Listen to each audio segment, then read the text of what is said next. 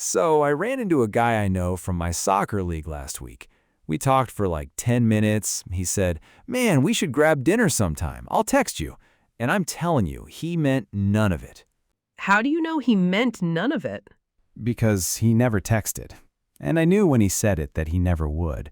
But we both just went along with it, said absolutely, definitely, and went our separate ways. That's so strange to me. Why say it at all? That is exactly what we're talking about today.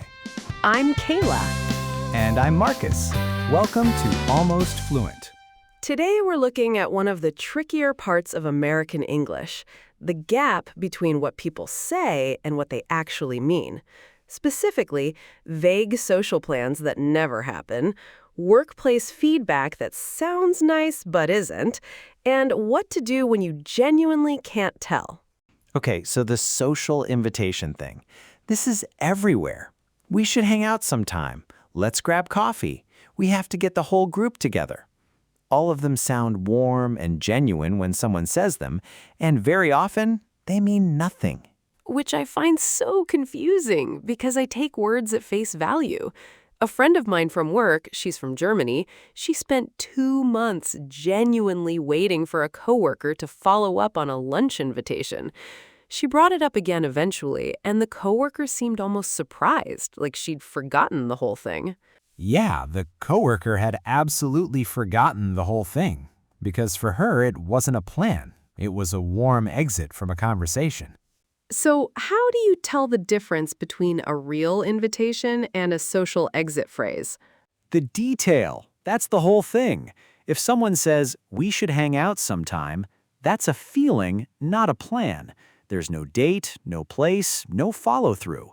But if someone says, "We should grab dinner. Are you free Thursday?"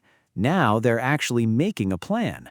The specifics are what make it real. So the haziness is the signal. Exactly. Sometime is almost always a soft close. It's not dishonest. The person probably does like you and probably wouldn't say no if you followed up, but they're not going to do anything about it. The move is to meet them halfway, right there in the conversation. "I'm free next weekend, actually. What does Saturday look like for you?" And that works? Almost every time. Because now you're the one who made it real. They just have to say yes or no. Most people will say yes because they genuinely didn't dislike the idea. They just weren't going to do the logistical work. I've let so many of those conversations just float away. I always thought following up immediately would seem pushy. Following up immediately is actually the most socially fluent thing you can do. Waiting for them to text is how those plans die every time.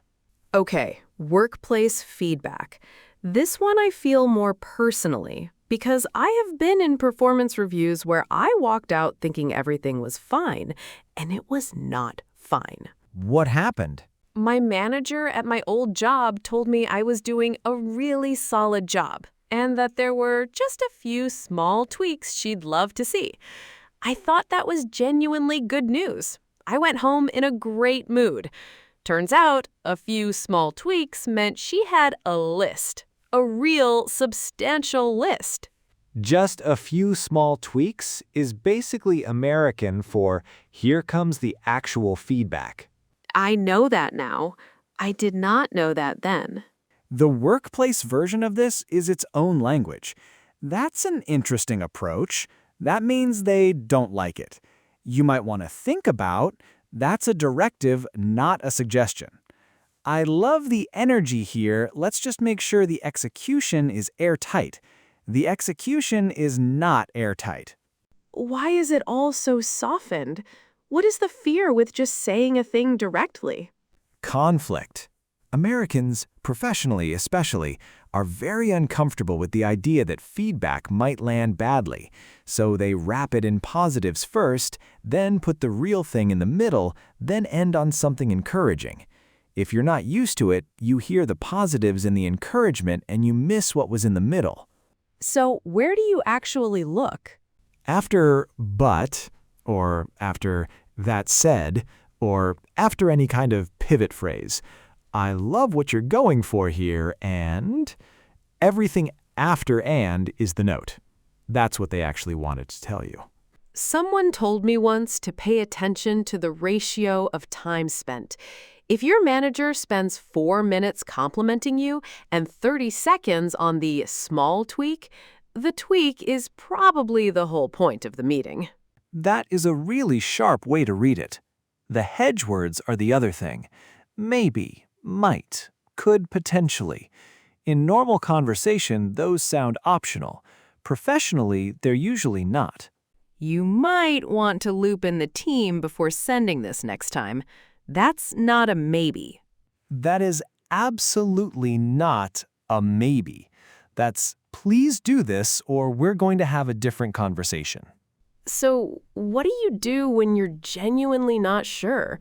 When someone's being so indirect, you can't tell if they're being polite or if they actually mean it. You give them an opening to be more direct without putting them on the spot. The way I do it is I play dumb slightly. I just gently repeat the thing back and leave space. Like, just so I'm clear, are you saying you'd like me to rework the whole section or more just tightening what's there? So you're giving them a specific question to answer. Right, because a yes-no question or a choice between two options is much easier to answer honestly than an open "what do you mean?" Open questions make people feel like they're being challenged. Specific questions feel like you're helping them clarify. I've done that with plans, too. Someone sends a vague follow-up message. We should still try to make that happen. And I've started just replying with options. I'm free Tuesday or Thursday this week, if either works for you. That way, they're not being asked to initiate. They just pick. That is exactly the right move. You're removing friction without making it a thing. And if they don't respond to two concrete options, you have your answer anyway. Which is also useful information. It really is. Silence in response to a specific invitation is actually clearer than anything they could say out loud. Americans will almost never tell you directly that they're not interested, but they will not show up, and eventually that's the same thing. That feels a little harsh, but I think it's accurate. It's not meant to be harsh, it's just how the system works. The friendliness is genuine, the follow-through is just not guaranteed. Once you know that, you can work with it instead of being confused by it. And that is our episode on American indirectness. Thanks for listening.